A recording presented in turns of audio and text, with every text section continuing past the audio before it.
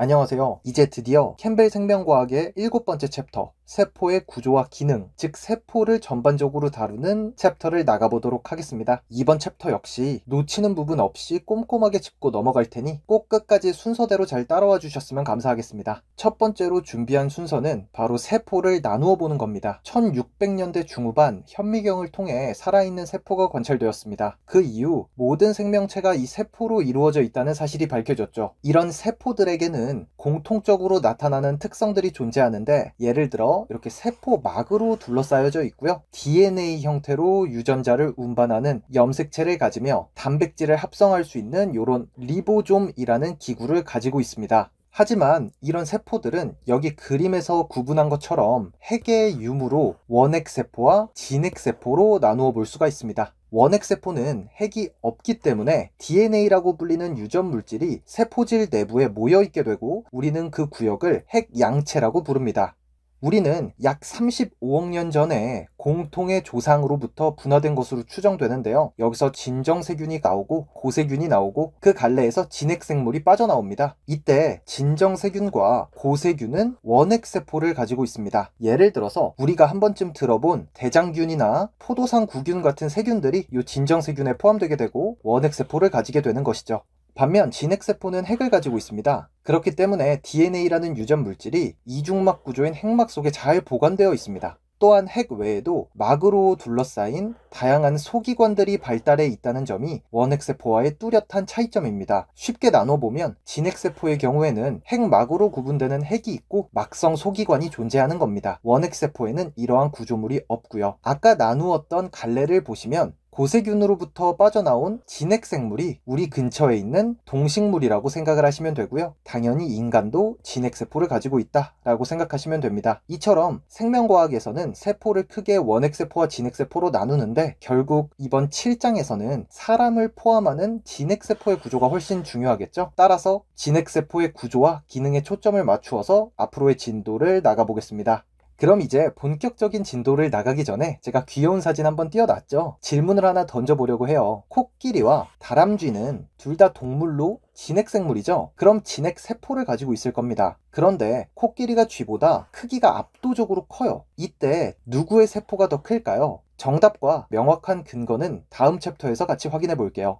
네, 정답이 궁금하시죠? 우선 근거부터 차근차근 설명드리겠습니다. 여기 보시면 진핵세포가 원핵세포에 비해 월등하게 큰 것을 보실 수 있습니다. 예를 들어 원핵세포는 보통 지름이 1 마이크로미터에서 한 5 마이크로미터 정도인 반면 진핵세포는 10 마이크로미터에서 100 마이크로미터 언저리에 존재하게 됩니다. 즉 최소 2배에서 많게는 100배까지나 차이가 날 수 있죠. 이런 크기 차이는 엄청난 차이예요. 그런데 똑같이 진핵세포를 가진 동물들끼리 비교해보면 세포 크기에는 그렇게 큰 차이가 나질 않습니다. 왜 그럴까요? 그건 바로 세포가 외부로부터 필요한 물질들을 세포막을 통해 닿아서 받아들여야 되기 때문입니다. 이 말은 곧 세포가 커질 수 있는 데에는 이론적인 한계점이 존재할 수밖에 없다는 뜻이에요. 그 근거가 무엇인지 함께 살펴보겠습니다.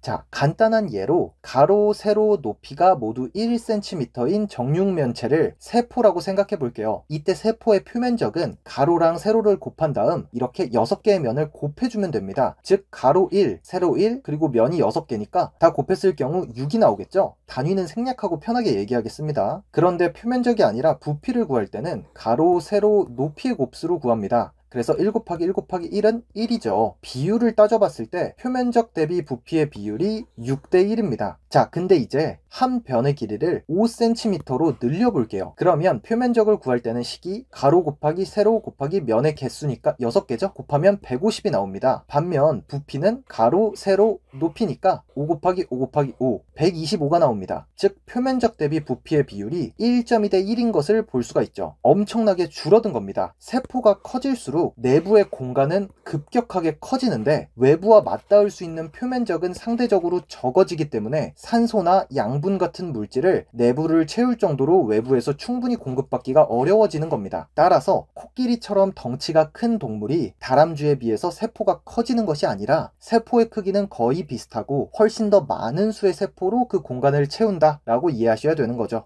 그런데 제가 이걸 또 생리학적인 부분과 연결을 시켜드려야겠죠. 우리의 소화관을 보면 조금 특이한 구조가 보입니다. 바로 영양소는 우리가 소장에 있는 상피세포를 통해서 주로 흡수하거든요. 이를 장상피세포라고 부르는데, 이 장상피세포는 당연히 소화관에 들어온 영양소들과 맞닿게 되겠죠. 이럴 때 영양소와 맞닿는 표면적이 넓어지면 훨씬 더 영양소를 흡수하기가 쉽겠죠. 그래서 장상피세포의 경우에는 방금 제가 펜으로 따라 그린 부위처럼 미세 육모라고 하죠. 이 구조를 발달시켜서 세포의 크기를 무식하게 키우지 않고도 표면적을 극대화해서 영양소와 닿는 면적을 최대화할 수 있도록 진화했습니다. 이렇게 표면이 구불구불해지면 결국 맞닿는 면이 엄청나게 늘어난 것이죠. 부피는 그대로인데 표면적이 커지는 겁니다. 이런 예시들을 통해 세포의 크기가 무한정 크게 달라질 수 없다는 점을 이해하셨을 것이고, 그 와중에 우리의 장상피세포는 되게 똑똑한 방식으로 표면적을 늘리는 전략을 취한 것도 이해하실 수가 있게 됐습니다. 참 이렇게 근본적으로 접근해보니 재밌죠. 이게 생물학이라고 생각을 합니다. 이제 우리가 뇌를 워밍업 했으니까 다음 챕터부터는 진핵세포 내부 구조를 세밀하게 살펴보도록 하겠습니다. 우선 핵부터 배워보시죠.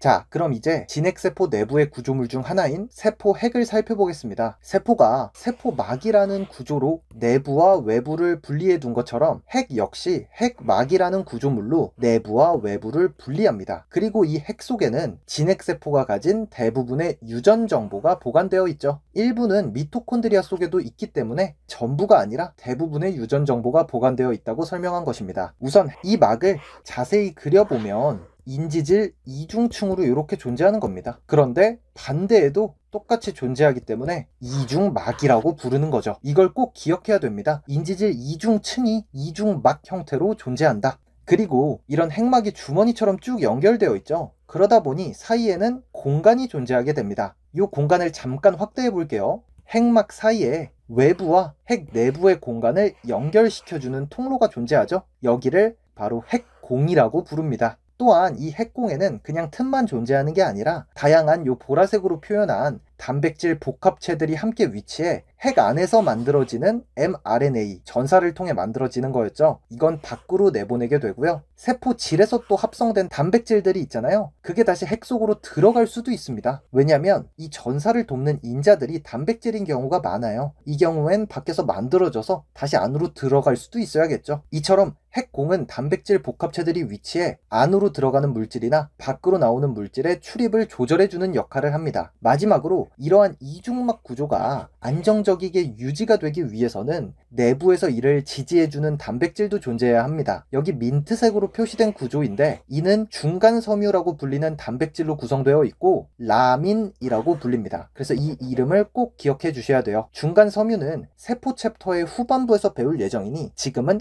요 라민이 중간섬유구나 라고 생각하시면 됩니다. 이제 조금 줌을 아웃 시켜서요, 우리가 세포막을 기준으로 세포 안쪽의 공간이 텅 비어 있는 게 아니죠. 다양한 물질들로 가득 차 있습니다. 그래서 우리는 그 공간을 전체적으로 세포질이라고 부르죠. 이와 마찬가지로 핵 속도 전혀 비어있지 않습니다. 그렇기 때문에 그 내부는 핵질이라고 부르게 돼요. 그리고 이 핵질에서 가장 많은 부분을 차지하는 것이 바로 이 노란색으로 표현해둔 염색질입니다. 과거의 과학자들이 핵을 염색약으로 염색해 봤을 때 무슨 실타래처럼 길게 펼쳐진 물질들이 진하고 어둡게 보였어요. 그 당시 이게 뭔지는 정확하게 몰랐죠. 그런데 어쨌든 염색되는 물질이 있다 보니까 이걸 염색질이라고 부르기 시작했습니다. 하지만 추후에 연구가 진행되면서 이 염색질이 바로 DNA와 여러 단백질들이 결합된 구조라는 것을 알게 되었죠. 그리고 추후에는 염색이 되었던 이유도 밝혀졌습니다. 여기 오른쪽의 그림을 보시면 DNA의 기초 구조인 핵산이죠. 이 핵산은 당인산 골격 구조가 존재했습니다. 이때 인산 같은 경우는 음전하를 띠고 있죠.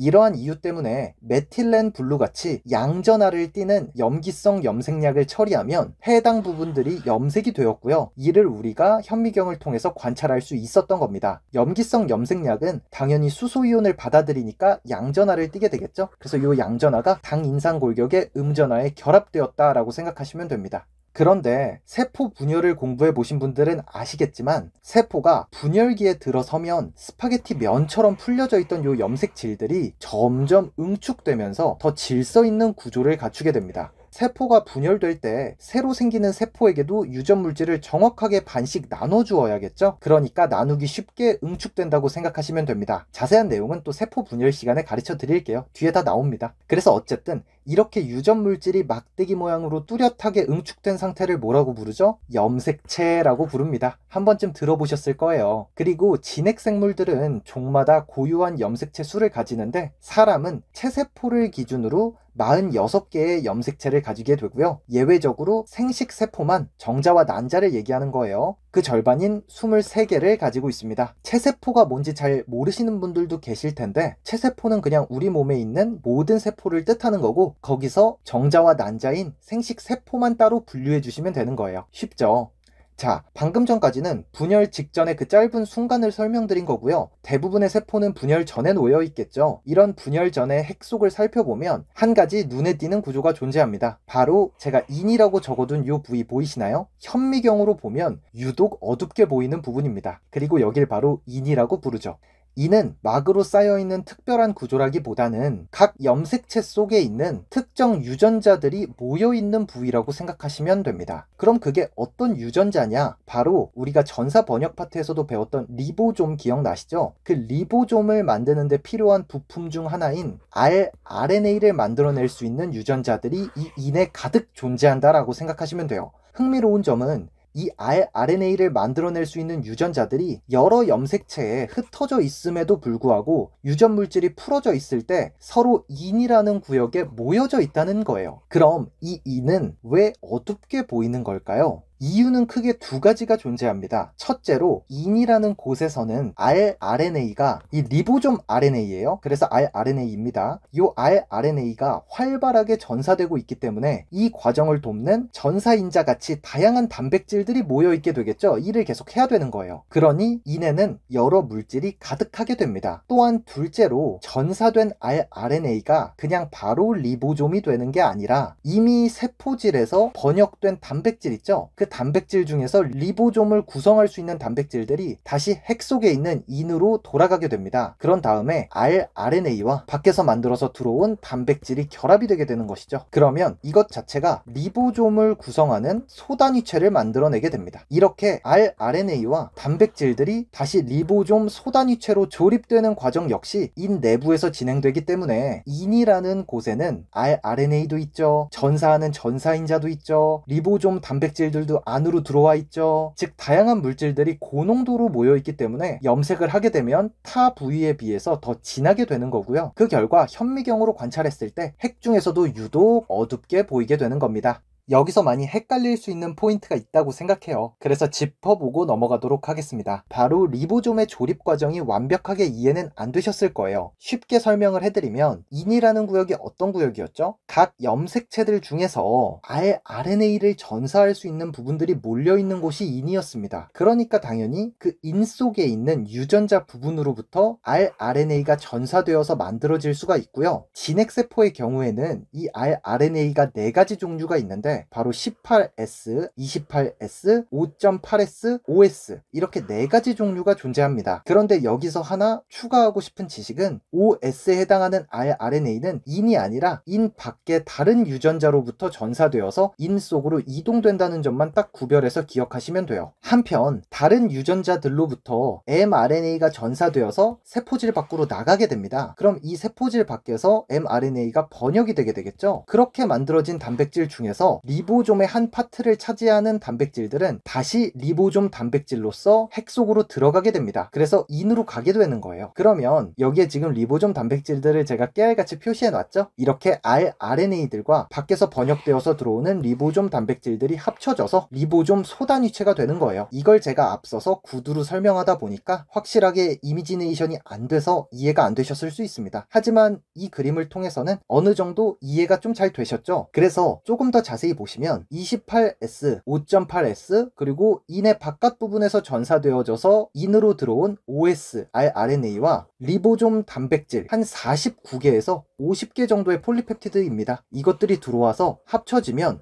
60S라는 리보좀 소단위체를 만들어내게 돼요. 그리고 왼쪽에 보시면 여긴 18S rRNA가 있죠. 이 18S rRNA와 33개 정도 되는 리보좀 단백질들이 결합을 하게 되면 40S에 해당하는 리보좀 소단위체가 만들어지게 됩니다. 그런데 지금 딱 봤을 때 40S보단 60S가 크기가 더 크죠. 그래서 둘 다 소단위체라고 부를 때도 있지만 굳이 하나를 크다, 대단위체라고 분류하게 된다면 소단위체가 40S고요. 대단위체가 60S라고 생각하시면 됩니다. 이렇게 만들어진 두 소단위체는 핵 밖으로 핵공을 통해서 빠져나갈 수가 있고요. 세포질에서 결합을 하게 됩니다. 그러면 40S 소단위체와 60S 대단위체가 결합되어 완전체 구조인 80S 리보좀이 탄생하게 되고요. 이 80S 리보좀부터가 밖으로 나온 mRNA와 결합해서 번역을 진행할 수 있게 되는 겁니다. 단백질이 됩니다 라고 설명을 해드린 거예요. 즉 리보좀은 rRNA와 리보좀 단백질이 인해서 조립되어서 소단위체와 대단위체가 만들어지고 이것들이 핵공을 통해 나와서 세포질에서 결합됐을 때 완전체가 될 수 있다. 꼭 기억해 주세요.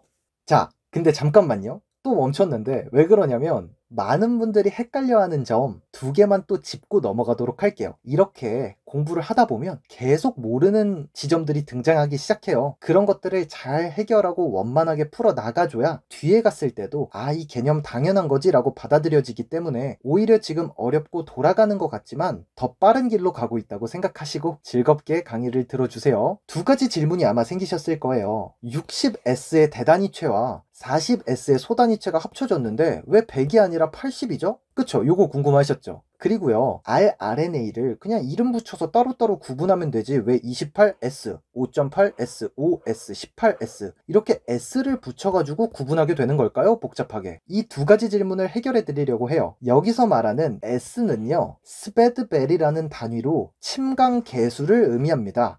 벌써 어렵죠? 쉽게 설명하면 침강계수는 용액을 원심분리했을 때 입자가 얼마나 빨리 가라앉는지를 나타내는 값입니다. 즉 어떤 입자가 빠르게 가라앉는지 그 속도를 나타내는 거예요. 여기에는 입자의 질량뿐만 아니라 밀도, 모양 등 다양한 변수가 영향을 끼치겠죠. 그래서 이런 다양한 변수들을 하나의 식으로 통합을 한 다음에 계산을 할 수 있게 만들었고요. 그렇게 계산을 해서 얻어낸 값에 S라는 단위를 사용하게 된 거예요. 따라서 이 S 값이 크면 클수록 아래로 더 빨리 가라앉게 되는 거죠. 아까 전에 보시면 60S에다가 40S를 더해서 이렇게 리보좀을 오뚜기 모양으로 만들어냈죠. 그럼 당연히 60S만 있을 때랑 40S만 있을 때에 비해 형태가 달라졌어요. 그렇기 때문에 그냥 60S 플러스 40S 하면 선형적으로 100S 이렇게 나오는 식이 아니라요. 다양한 변수 중에서도 형태가 달라졌잖아요. 그렇기 때문에 얻어낸 생성물의 침강계수 측정을 다시 해봐야 됩니다. 그리고 이렇게 다시 측정해 봤을 때 80S가 나온 거예요.